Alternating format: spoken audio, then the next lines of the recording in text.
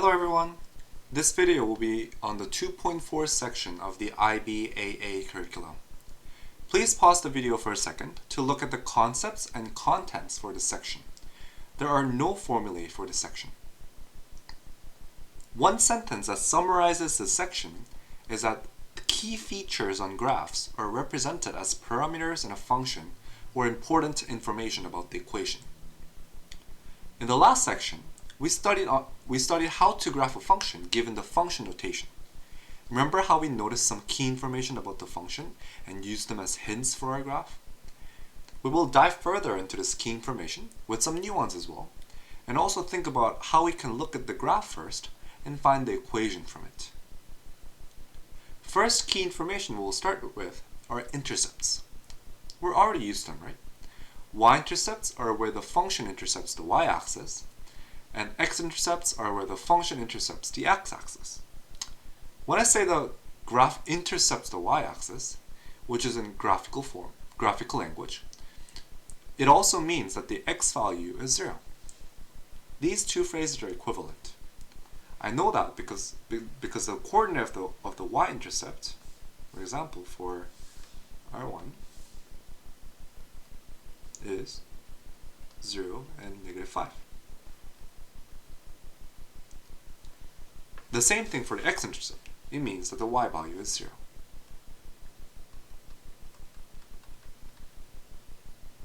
Quick question here. How many y-intercepts can there be for one function? Pause the video to think about it. The answer is 1. Remember how a function can only have one output per input?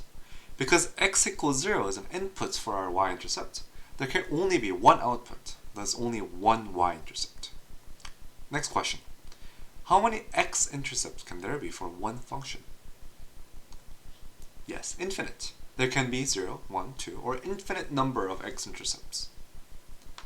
Now let's talk about what does the intercepts represent. Y-intercepts, hopefully you remember from the previous years, usually mean initial point. Because the x value is 0, in context, it could either mean initial time, or initial location, or anything like that. What about x-intercepts? Now, I have a question for y'all. When I ask you to solve an equation, what does your final line usually look like? Let's say we have 2x minus 5 equals 0. I want you to solve it.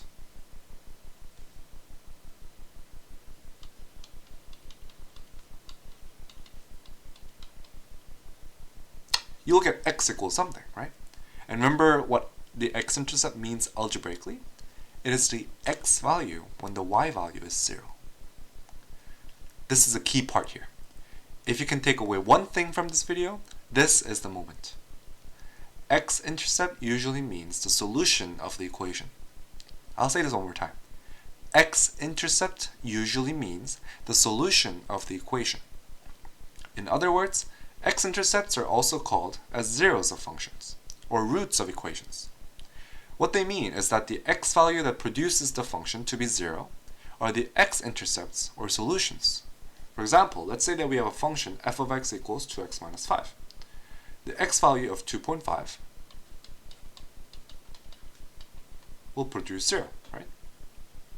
Thus, 2.5 is our x-intercept, and the x value, which is the 2.5, is 0 of the function, or root of the equation. Next time you encounter a question that asks you to solve something, consider if you can find the x-intercepts. Usually, that will be the solution for you. If you didn't understand any of the last couple of minutes, I highly recommend rewatching this part, or leave a comment below. I will do my best to answer your questions. Now let's talk about more easy parts. Maximum and minimum values. You don't see this in linear functions, but you do when you see nonlinear functions. Literally, they mean maximum points or minimum points. For our g of x, here's our maximum point, which is 0 and 4. It also happens to be the y-intercept, which is just coincidental. One thing that I want to add on is that these two combined, the maximum and minimum, are called extrema,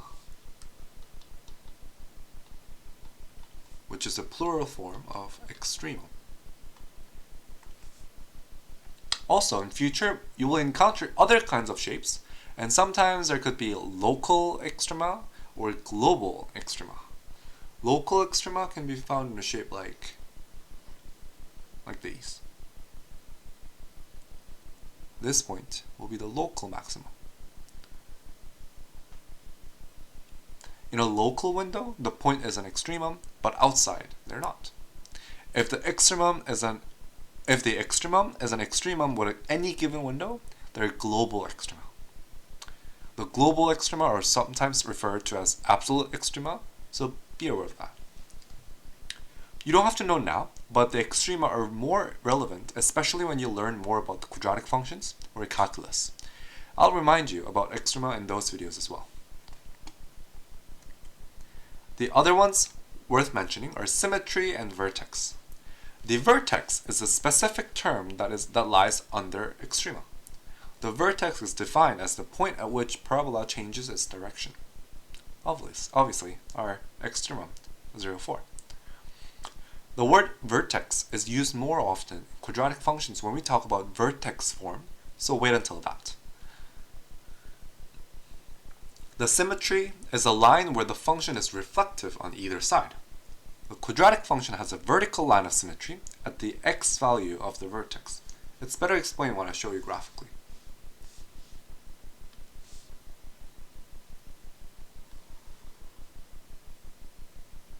It's not super nice, but you get the idea. I should have crossed 0, 4 right there. The line of symmetry, therefore, is x equals 0. Another question here. Do you think there could be a horizontal line of symmetry for any functions? Think about it and comment below what your answer is. The last but not least are vertical and horizontal asymptotes. Asymptotes are lines where the function reaches very close to, but eventually do not. You'll see them when you have rational functions, or the functions where you have terms of x in the denominator. Consider the function h of x equals 1 over x. You can see that the function goes very close to both x equals 0 here, and also very close to the y equals 0. But they do not. So you can see that the horizontal asymptote is y equals 0, and the vertical asymptote is x equals 0.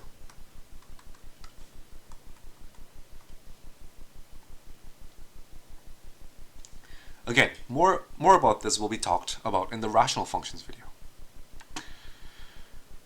Almost done. It feels like this video will be a long one.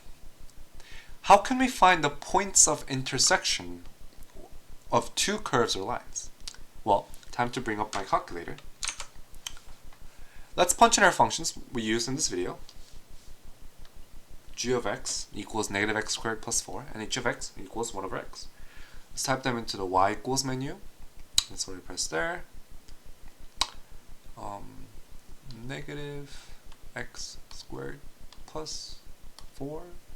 On the second function, let's put 1 over x. And then let's press graph.